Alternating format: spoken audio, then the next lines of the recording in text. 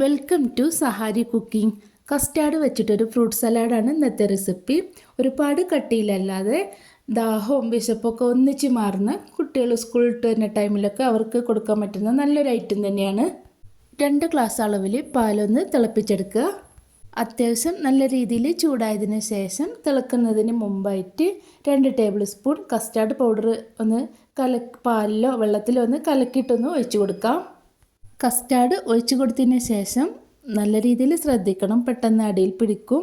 ചെറിയ തീയിൽ വെച്ചിട്ട് ഇളക്കിക്കൊണ്ടിരിക്കുക. ഇനി ഇതിലേക്ക് ഒരല്പം ഉപ്പും കൂടി ചേർത്ത് കൊടുക്കണം. അല്പം തന്നെ മതി കേട്ടോ. മധുരം ഇടുന്ന റെസിപ്പിയാണ്, ഒരു ബാലൻസിങ്ങിന് വേണ്ടി മാത്രമാണ്. ഇനി മധുരത്തിന് ആവശ്യമായിട്ടുള്ള പഞ്ചസാരയും ചേർത്ത് കൊടുക്കുക.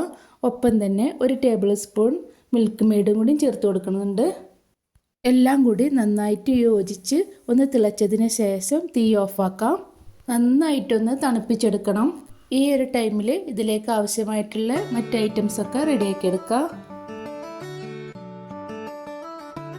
ഇനി ഇതിലേക്ക് 1/2 കപ്പ് ചവരിയും 1/2 കപ്പ് സേമിയനും എടുത്ത് ആവശ്യത്തിന് വെള്ളം ഒഴിച്ചൊന്ന് വേവിച്ചെടുക്കുക.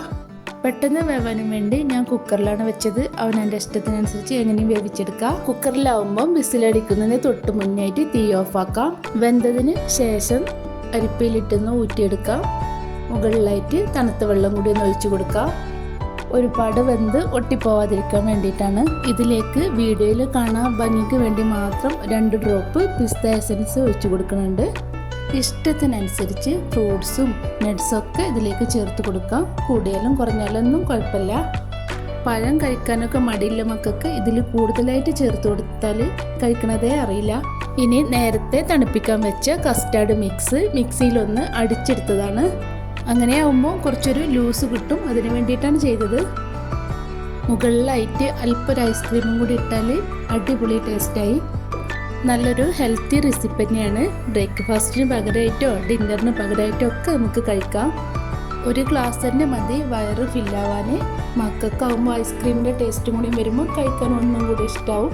എൻ്റെ വീഡിയോ നിങ്ങൾ ആദ്യമായിട്ടാണ് കാണണമെങ്കിൽ സബ്സ്ക്രൈബ് ചെയ്ത് നിങ്ങളുടെ അഭിപ്രായം ഒന്ന് കമൻറ്റും കൂടി ചെയ്യണേ.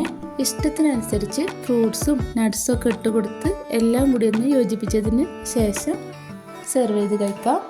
അടുത്ത വീഡിയോയിൽ മറ്റൊരു റെസിപ്പിയുമായി വീണ്ടും കാണാം.